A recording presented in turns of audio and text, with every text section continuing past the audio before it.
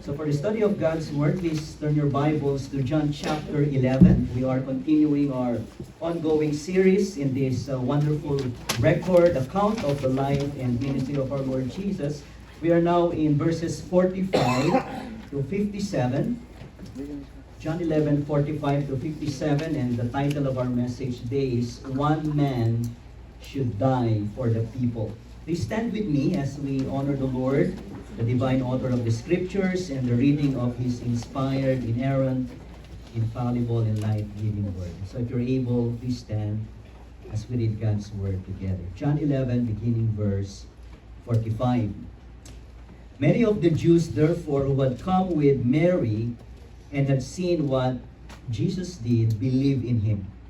But some of them went to the Pharisees and told them what Jesus had done. So the chief priests and the Pharisees gathered a council and said, "What are we to do? For this man performs many signs. If we let him go on like this, everyone will believe in him, and the Romans will come and take away both our place and our nation." But one of them, Caiaphas, who was high priest that year, said to them, "You know nothing at all, nor do you understand that it is better for you that one man should die for the people, not that the whole nation should perish."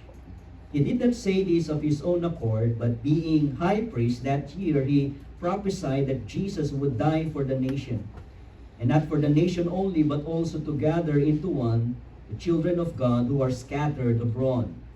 So from that day on, they made plans to put him to death. Jesus therefore no longer walked openly among the Jews, but went from there to the region near the wilderness to a town called Ephraim, and there he stayed with the disciples. Now the Passover of the Jews was at hand, and many went up from the country to Jerusalem before the Passover to purify themselves. They were looking for Jesus and saying to one another as they stood in the temple, "What do you think? That he will not come to the feast at all?" Now the chief priests and the Pharisees had given orders that if anyone knew where he was, he should let them know, so that they might arrest him. This is the word of the Lord. Thanks be to God. Please be seated. Now, there is nothing more devastating than suffering death on a cross.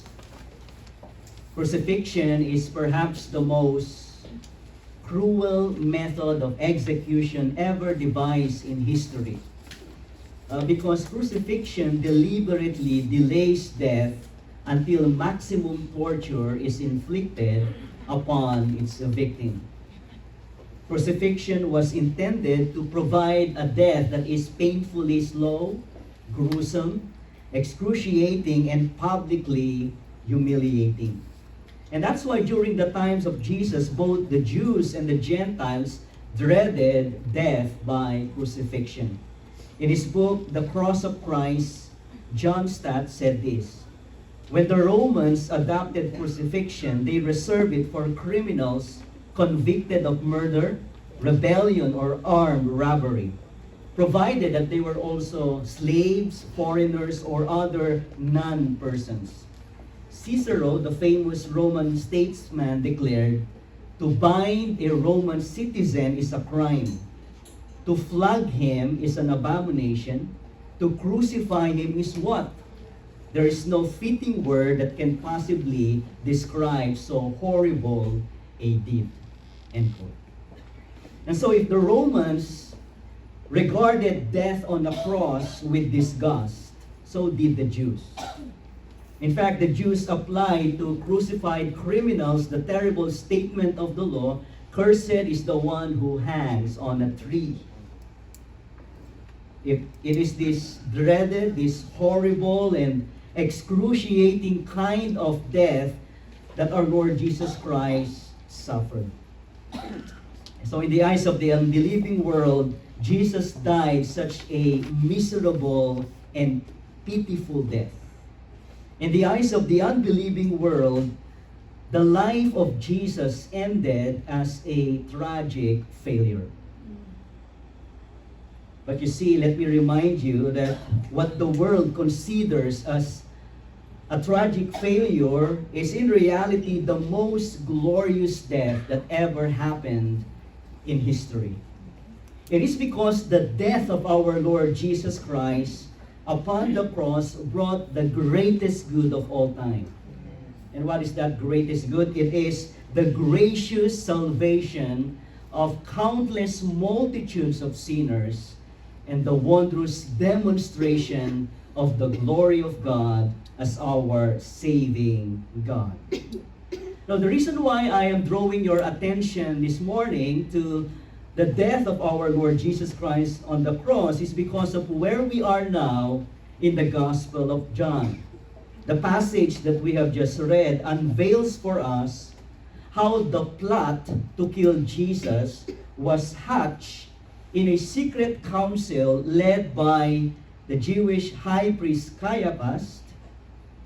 And in these verses before us, we get to eavesdrop on the evil scheme of the religious and political leaders as they all conspired to murder our Lord Jesus Christ. And so from this point forward in the Gospel of John, this account of our Lord Jesus is focusing now on the upcoming murder of Jesus on the cross. It's actually the miraculous act of the Lord Jesus in raising Lazarus from the dead that instigated the Jewish ruling council to convene a meeting and deliberately decide to execute the Lord Jesus. And so what we will learn in this portion of the Gospel of John are three pertinent insights into the death of our Lord and Savior Jesus Christ. And as we look at these beautiful insights, we will learn this comforting truth. Though Jesus' death on the cross is the most evil act committed by sinful mankind, God meant it for our good and His glory in order to save us. So let's read this main truth of our message this morning together. Begin. Though Jesus' death on the cross is the most evil act committed by sinful mankind, God meant it for our good and His glory in order to save us. So let's now look at these three significant insights into the death of our Lord Jesus. Here's the first biblical insight in our passage. The death of Jesus is politically and wickedly motivated. The death of our Lord Jesus is politically and wickedly motivated.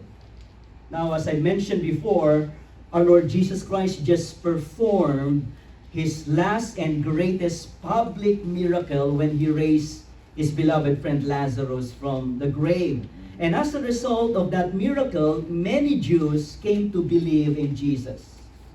But there were some who were not happy with the miracle. So instead of placing their trust in Jesus, what they did was they went on to inform the religious leaders about what Jesus had done. Again, look with me in verses 45 to 48. Many of the Jews, therefore, who had come with Mary and had seen what Jesus did, believed in Him, but some of them went to the Pharisees and told them what Jesus had done. So the chief priests and the Pharisees gathered a council and said, "What are we to do? For this man performs many signs.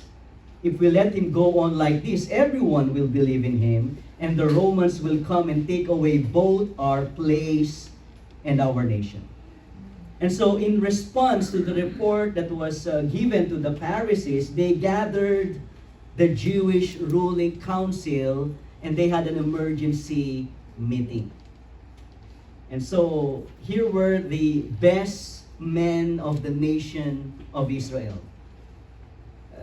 These were the ones holding the highest religious and political office in the nation. This governing body, which consists of the chief priests and the Pharisees, is called the Sanhedrin. It's called the council or the Sanhedrin in verse 47.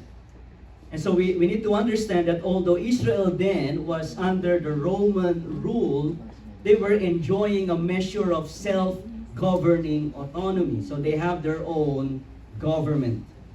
And though it was the Sanhedrin, and the Sanhedrin or the council governed all the internal affairs of the nation of Israel. It functioned as the judiciary, the legislative body, and through the high priest also functions as the executive branch. And so essentially, the Sanhedrin was the equivalent of the White House, the judiciary, and the Senate all bound up together. No separation of powers. And the chief priests here were mostly Sadducees. And we must also remember that the Sadducees could be considered the liberal political religious party in Israel, as opposed to the Pharisees, which were regarded as the conservative religious and political party in Israel. So the Sadducees were regarded as liberal because, unlike the Pharisees, the Sadducees don't believe in the resurrection. They don't believe that angels or spirits exist. And the Sadducees also often work with the Roman government in order to preserve their position and get what they wanted. We need to understand that the Pharisees and the Sadducees, these two factions, are oftentimes antagonistic, hostile towards each other. But you see, at this time, though they were hostile to each other, they are now collaborating. They're working together. It's like the Republicans and the Democrats now working together for a mutual goal. And we ask the question, what was the mutual interest of the Pharisees and the Sadducees at this point? Well, it was to kill and eliminate a common threat to them. And that threat is our Lord Jesus Christ. Now, let's think about this for a moment. These men were supposed to be the national leaders, spiritual leaders of the nation of Israel. They were supposed to be the holiest, most righteous, and godly men in their nation. They were supposed to lead the people to God and to the truths of God. But at this point, what we will see is that all they care about was protecting their position of power and prestige. Listen to their conversation again in verses 47 and 48. So the chief priests and the Pharisees gathered the council and said, "What are we to do? For this man performs many signs. If we let him go on like this, everyone will believe in him, and the Romans will come and take away both our place and our nation."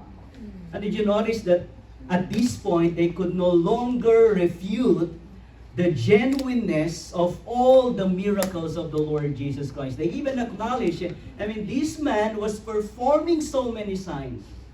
And they even exaggerated when they said that everyone might come to believe in him. Because we all know that there were many who rejected Jesus at this point. But what's happening here amongst the Pharisees and the Sadducees, the Sanhedrin, was fear and paranoia were creeping into their hearts.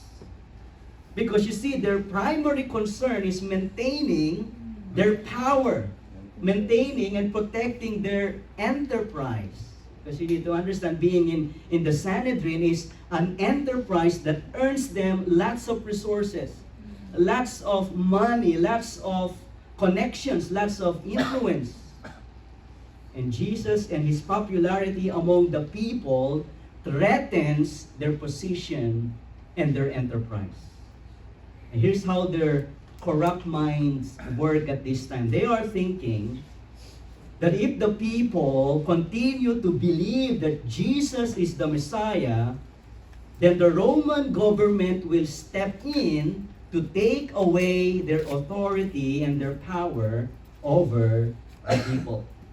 Now remember, their concept of the Messiah at this point is not the biblical notion of what a Messiah is, which is the anointed, deliverer, and savior that God the Father has sent His one and only Son, the Lord Jesus, to save sinners from their sins. Their notion of the Messiah at this point, especially amongst the Pharisees and the Sadducees, is the Messiah is a political revolutionary who would come and lead the people to be freed from the tyranny of Rome. That this political Messiah would kick out the Romans and would finally restore the glory of the nation of Israel.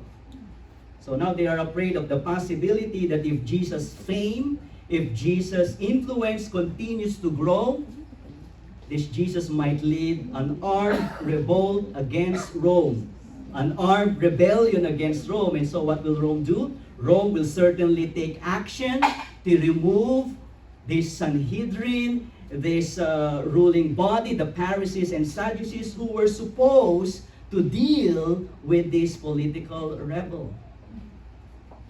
Now notice, these Pharisees and Sadducees pretend to be concerned about the people.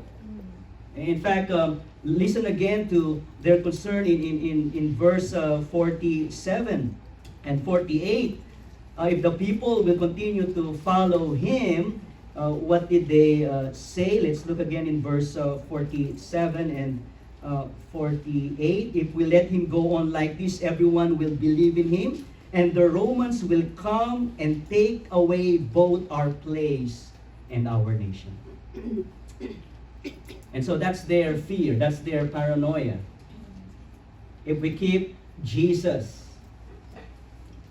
if we keep Him performing all these miracles, if we let Him go on with His growing fame and popularity, He might lead a revolt against Rome, and Rome will come and take away our place. So when they talk about their place, they're referring to the temple, which is symbolic of their nation's identity and existence. They will take away both our place and our nation. If we don't stop Him now, that will result in the ruin of our nation. You see, they pretend to be concerned about their nation, but in reality, what they are concerned the most with is themselves. They're motivated by their selfish ambition, by their political power, by their desire to preserve their prestige. And that's why what prevailed in their heart at this moment is fear, paranoia. If we don't stop Jesus now, Rome will step in and remove all of us, and we would be out of power. In verses 49 and 50, their leader, Caiaphas, the high priest during that year, who happened to be a liberal Sadducee, he speaks up and says, he comes up with this solution. Listen to verses 49 and 50. But one of them, Caiaphas, who was the high priest that year, said to them, "You know nothing at all, nor do you understand that it is better for you that one man should die for the people, not that the whole nation should perish." And so in other words, Caiaphas rebukes all of them, his fellow rulers in the Sanhedrin, and he says, here's the solution. Kill Jesus. Kill Jesus, and we will end the threat against us. Better that one man die for the people so that the whole nation would not perish. We kill him so that the Romans won't take away our position from us, won't take away our influence over our nation. We kill him and our problem is gone. So what we see here then, beloved, is this wicked plot to kill Jesus. This wicked scheme is politically and wickedly motivated. And it turns us back to Psalm chapter 2. Now, in fact, this is the fulfillment of Psalm chapter 2. Listen to verses 1 to 3 of Psalm 2. Why do the nations rage and the peoples plot in vain? The kings of the earth set themselves, and the rulers take counsel together against the Lord and against his anointed, saying, let us burst their bonds apart and cast away their cords from us.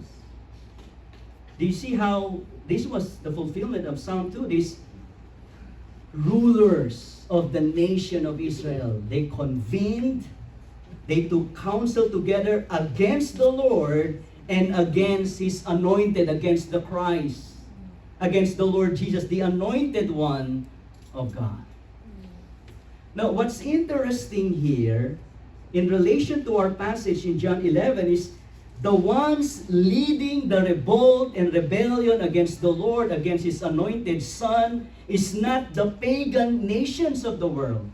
The ones leading the revolt against God is the covenant nation of God, Israel itself. This is the nation of Israel, the covenant people of God, and they are devising a wicked plot against God and against the Lord Jesus Christ, against the one they were supposed to trust and believe in. So we see an expression and a reflection here of so much unbelief, so much hostility, so much antagonism, revolt in the hearts of the people of Israel. And beloved, let me remind you that what's happening here in John 11 is constantly happening all around the world right now, not only during the times of the Lord Jesus Christ. Because even right now, in our own present day, kings and rulers and politicians continually come together to devise vain things, to come up with policies that go against the Word of God, that go against the Lord Jesus Christ Himself. Even right now, there is so much unbelief, so much rebellion against God amongst the peoples of the world. But you see, what is God's response in Psalm 2? In light of the revolt and rebellion of sinful nations, listen to what verse 4 says. He who sits in the heavens laughs. The Lord holds them in derision. It's interesting to study the occasions in the scriptures where God is describing as laughing. And this is one of them. And why was God portrayed here as laughing? Because as the psalmist says, it is vain. It is futile. It is meaningless. It is foolish to oppose God. It is foolish to be an enemy of God, because nobody could ever win against our sovereign and almighty God. And that's why God in heaven just laughs, because no one could ever trample or throw away His sovereign authority. That regardless of the revolt and the unbelief and the rebellion of sinners all around the world in all generations, God remains sovereignly ruling over His creation. And we need to be reminded of that, because even in our day and age, we will be so prone to fear and to worry because of what's happening all around us. And that's why we need to be reminded this morning of who is really in charge.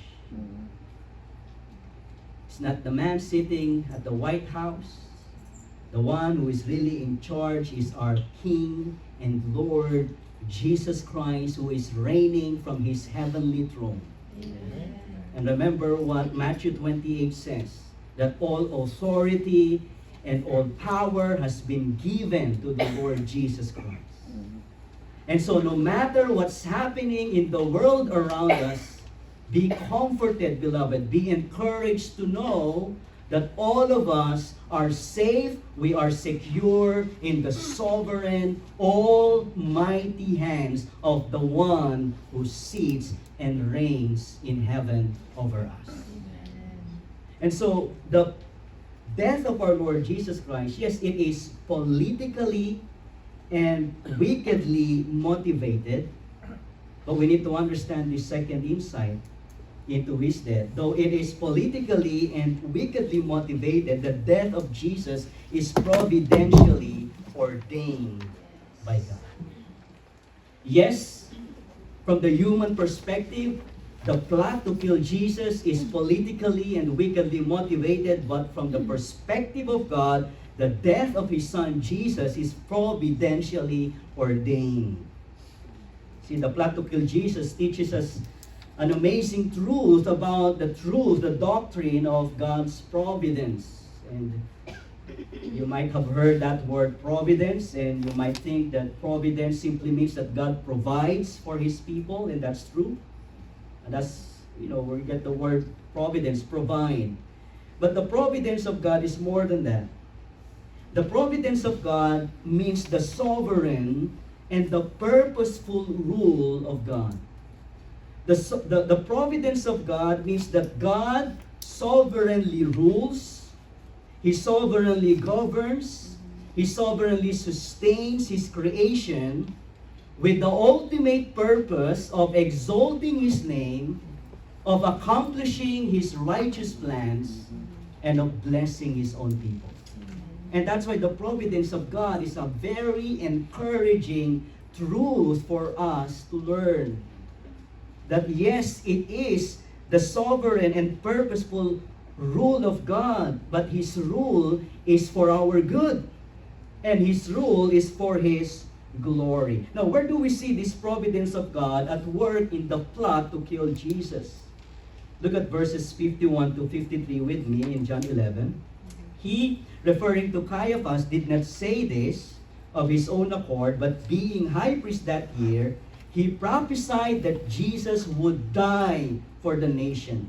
And not for the nation only, but also to gather into one the children of God who are scattered abroad. So from that day on, they made plans to put him to death. Now Caiaphas was the high priest that year, and he was at the pinnacle of his power and his influence and prestige at this point. And you need to understand that Caiaphas is a master politician. He's a cunning political tactician, a pragmatic opportunist. In fact, he was the longest standing high priest in the first century. He was the high priest for 18 years, from AD 18 to AD 36. Now, to put that into perspective, the three high priests prior to Caiaphas, as well as his successors, lasted for only about a year. Only about a year. But Caiaphas, 18 years. And the length of his tenure as high priest in Israel indicates how cunning, how shrewd, how a master politician he was, that he gained unusual favor with the Roman Empire.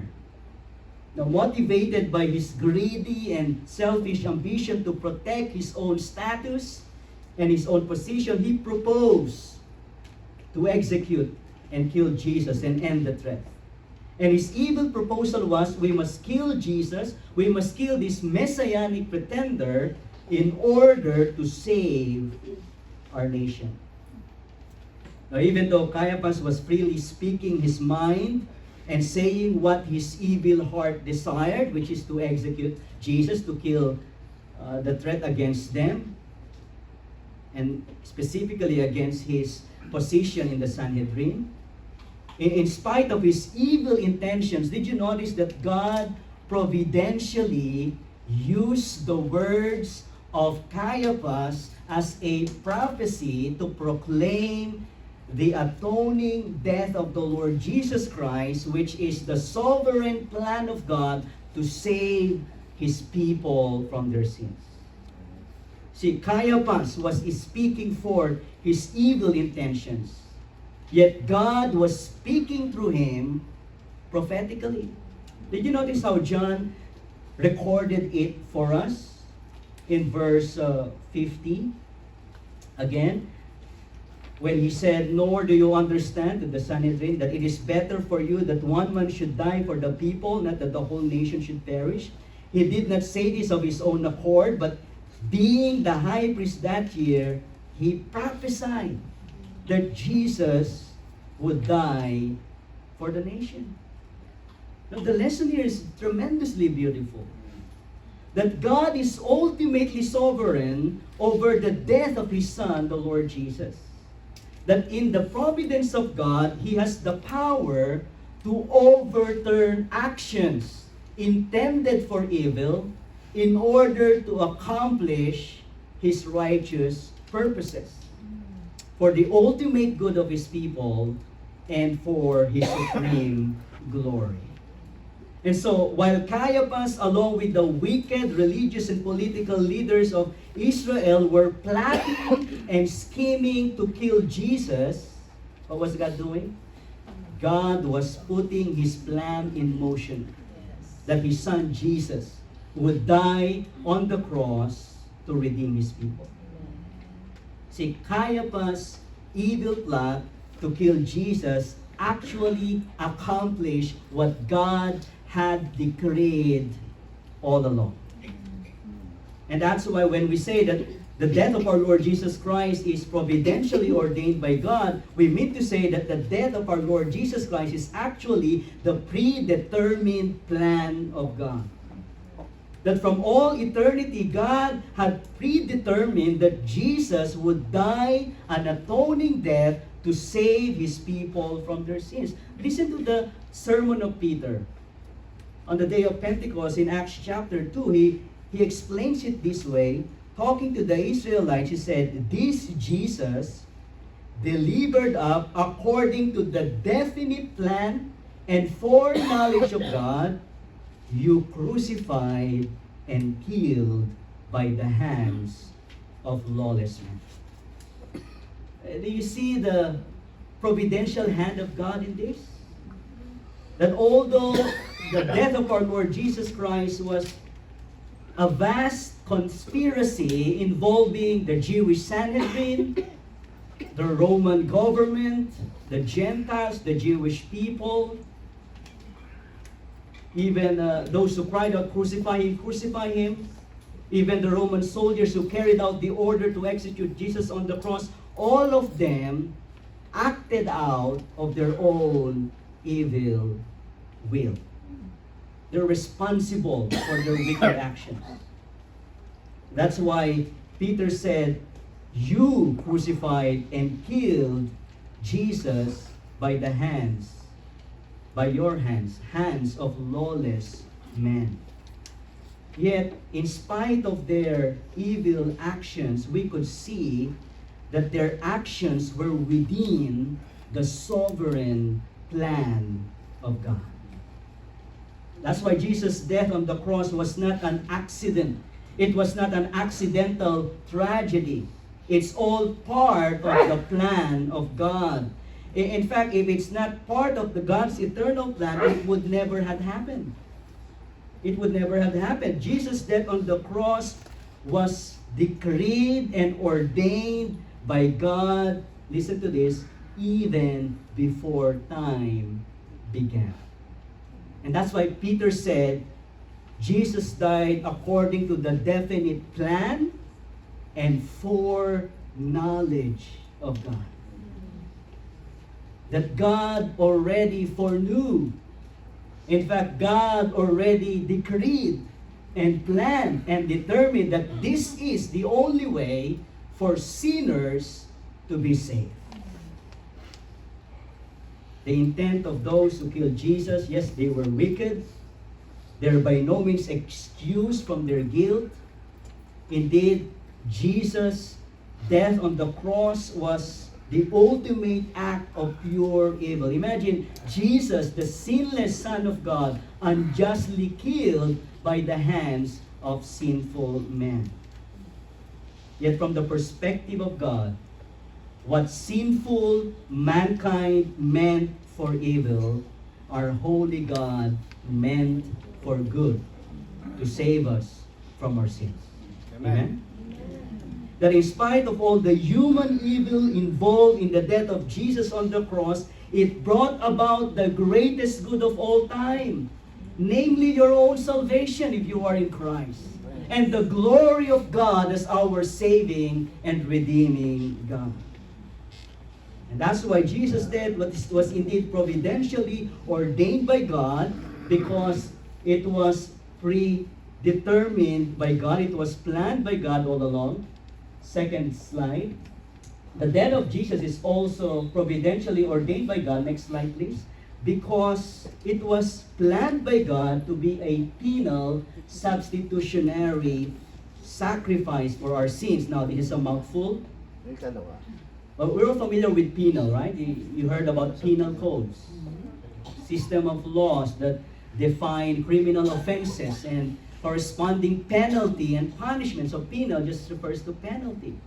And so when we say that the death of Jesus on the cross is a penal substitutionary sacrifice, it just means to say that our Lord Jesus Christ died and sacrificed himself on the cross as our substitute. He died as our substitute in the place of sinners like you and me, taking upon himself the penalty and the punishment of the sins, of our sins. The penalty and the punishment that we all deserve. Listen again to what Caiaphas in his unwitting prophecy states in verses 50 to 52. You do not realize that it is better for you that one man die for the people than the whole nation perish. He did not say this of his own accord, but being high priest that year, he prophesied that Jesus would die for the nation, and not for the nation only, but also to gather into one the children of God who are scattered abroad. Isn't it amazing to realize that while Caiaphas was speaking exactly what he wanted to say, which was all about his evil scheme to kill Jesus, yet God overturned his evil counsel and spoke to him prophetically to announce the substitutionary death of his son Jesus for the salvation of his people. According to the prophecy of Caiaphas, Jesus would die for the nation Israel, but not for their nation only. He would die for the children of God who were scattered abroad. Now, who were the children of God scattered abroad? From a strictly Jewish perspective, this refers to the Jews, to the Israelites scattered in other nations outside of Israel. But in a wider sense, as you look at the Bible in its entirety, these children of God refer to the Gentiles, to the non-Jewish people like you and me. And we ask the question, how do we know that? Turn back to what Jesus said in John chapter 10 when he talks about himself being the good shepherd of his sheep. Listen to what Jesus said in John 10 verse 16. And I have other sheep that are not of this fold. He's saying, yes, I have the sheep which belongs to the fold of Israel, the Jewish people. But then he said, but I have other sheep that are not of this Jewish fold. I must bring them also, that they will listen to my voice. So there will be one flock and one shepherd. And so, is it clear to you that the mission of Jesus' redemption not only includes the people of Israel? And praise be to God. I mean, God could have decided that only the people of Israel would be saved.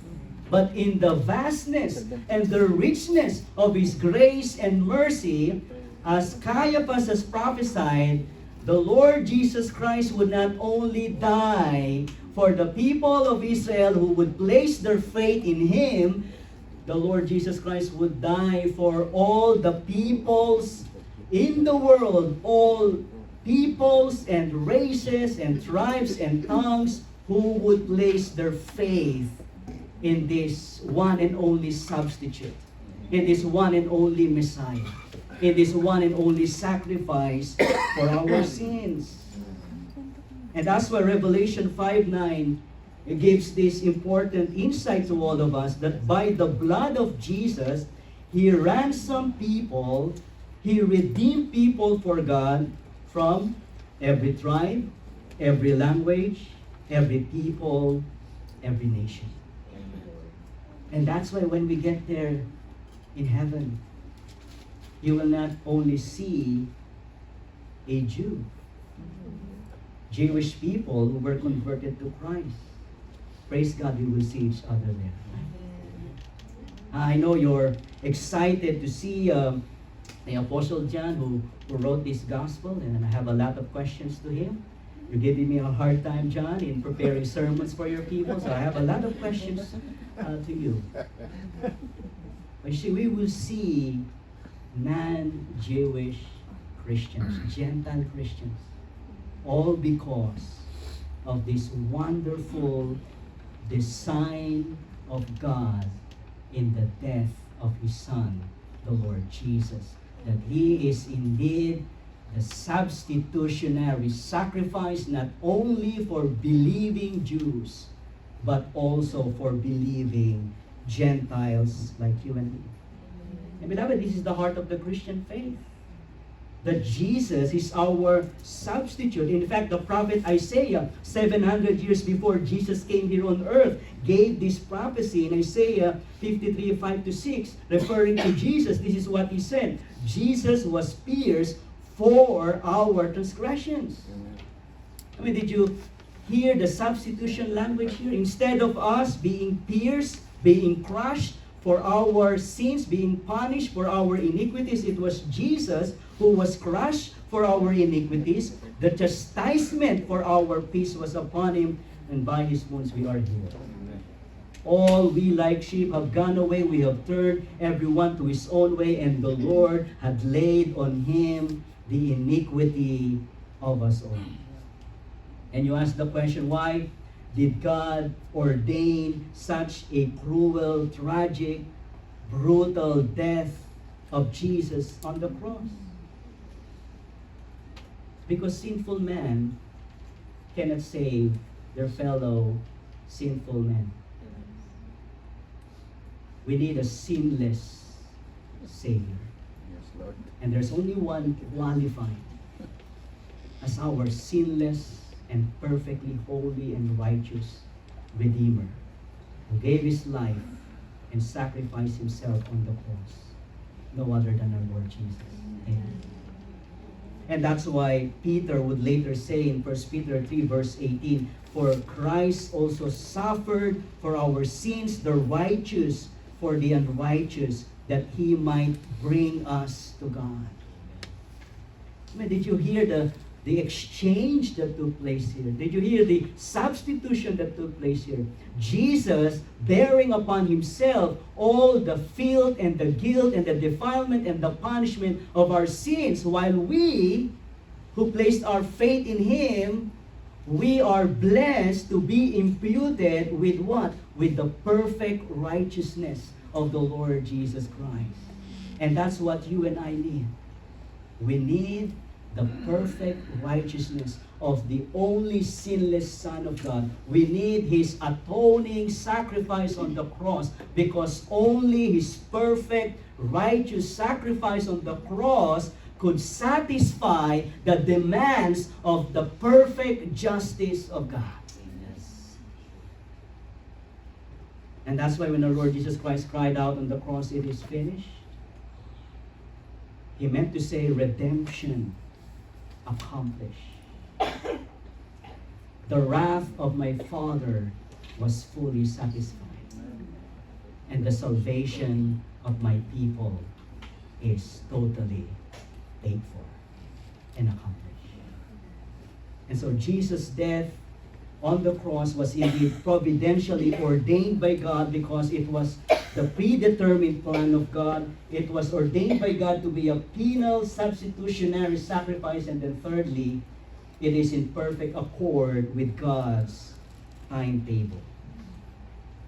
Now, Caiaphas' speech must have been very persuasive and convincing, because after hearing his proposed solution, the Sanhedrin made plans to arrest and execute Jesus. Listen to verses 53 and 54. So from that day on, they made plans to put Jesus to death. And Jesus therefore no longer walked openly among the Jews, but went from there to the region near the wilderness, to a town called Ephraim, and there stayed with the disciples. So why did Jesus withdraw publicly with his disciples? Why did it say that he no longer walked publicly among the Jews after the orders were set to arrest him? Well, because it's not yet his time. It was not yet the appointed hour for Jesus to die. You see, the Lord Jesus Christ would not die because of the whims and the wishes of the religious and political leaders of Israel. Our Lord Jesus Christ would die at the time appointed by God the Father. Jesus Christ would not offer his life until the perfect hour of God the Father has come. In fact, the timing of his death is indeed in precise accord with the plan of God, because as the next verse says, it was already the Passover feast of the Jews in verse 55. And the Passover feast of the Jews, that was the time when sacrificial lambs in Israel were slain, a foreshadowing of the ultimate Lamb of God, the ultimate Passover Lamb of God, the Lord Jesus Christ, who would take away the sins of the world. And it brings us to the final insight into the death of our Lord Jesus Christ. Finally, the death of Jesus proves the vanity and folly of unbelief. The death of Jesus proves the vanity and the foolishness of unbelief. Listen to verses 55 to 57. Now the Passover of the Jews was at hand, and many went up from the country to Jerusalem before the Passover to purify themselves. They were looking for Jesus, saying to one another as they stood in the temple, "What do you think? That he will not come to the feast at all?" Though the chief priests and the Pharisees had given orders that if anyone knew where Jesus was, he should let them know so that they might arrest him. Now, did you notice the irony in these concluding verses in John 11? The irony here is that while the religious and political leaders of Israel are plotting to kill Jesus, the people were doing what? They were performing their ritual ceremony of purifying themselves for the feast. And you ask the question, purifying themselves, where all along what dominates their heart is this sinful unbelief and rejection of the Passover Lamb of God, the Lord Jesus Christ. I mean, they were outwardly observing the law, ceremonially washing their bodies, and it says purifying themselves. But in reality, their hearts were full of sinful unbelief and hostility towards the Lord Jesus. In fact, there was a buzz during that feast. What were they all waiting for? What were they all talking about? Well, they're waiting for the coming of the Lord Jesus, because they were curious whether Jesus would show up. And they were all curious to see how Jesus would get arrested and then eventually be killed and executed. Orders are already in place. And so their leader says, if anyone sees Jesus, report it immediately to us, and we would seize and arrest him and have him killed. Now, isn't it a sad conclusion to this chapter? That while these people were outwardly purifying themselves, yet their hearts were full of sinful unbelief. But listen, beloved, as we go, you see, sinful unbelief will never succeed against God. This is the vanity and foolishness of unbelief. You can oppose God all you want with your unbelief, but you will never ever win against God. In fact, your unbelief and hostility towards Christ will only lead to your eternal damnation in hell. Psalm 33 verse 10 to 11 says, "The Lord brings the counsel of the nations to nothing. He frustrates the plans of all the peoples." It's the counsel of the Lord that stands forever. It's the plans of His heart that will stand to all generations. Now, is it apparent and clear to you by now that yes, the death of our Lord Jesus Christ was politically and wickedly motivated, that there was this rampant unbelief, hostility among the people of Israel? But you see, the comfort is this, that while we see the sinfulness and the depravity of mankind at its worst, we see the sovereign hand of God, the loving hand of God at work. Amen? That though Jesus' death on the cross is the most evil act committed by sinful mankind, yet God meant it for your good. He meant it for His glory in order to save you and to bring you to Himself. So praise be to God. Let's take courage, brothers and sisters in Christ. Evil and unbelief will not have the final word. It's the Lord Jesus Christ who will have the last word. Because when He returns, every knee will bow before the Lord Jesus. For the unbelievers who rejected Him, they will bow in utter fear, in utter horror, because their judge has come to condemn them to hell.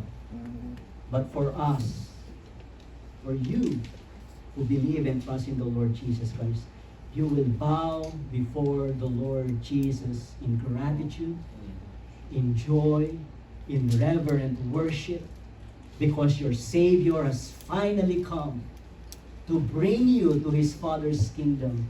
And all of us who belong and believe in Christ will confess and declare that Jesus Christ is indeed Lord, in the glory of the Father. Amen? Amen. Our Heavenly Father, we thank You for this portion of Your Word.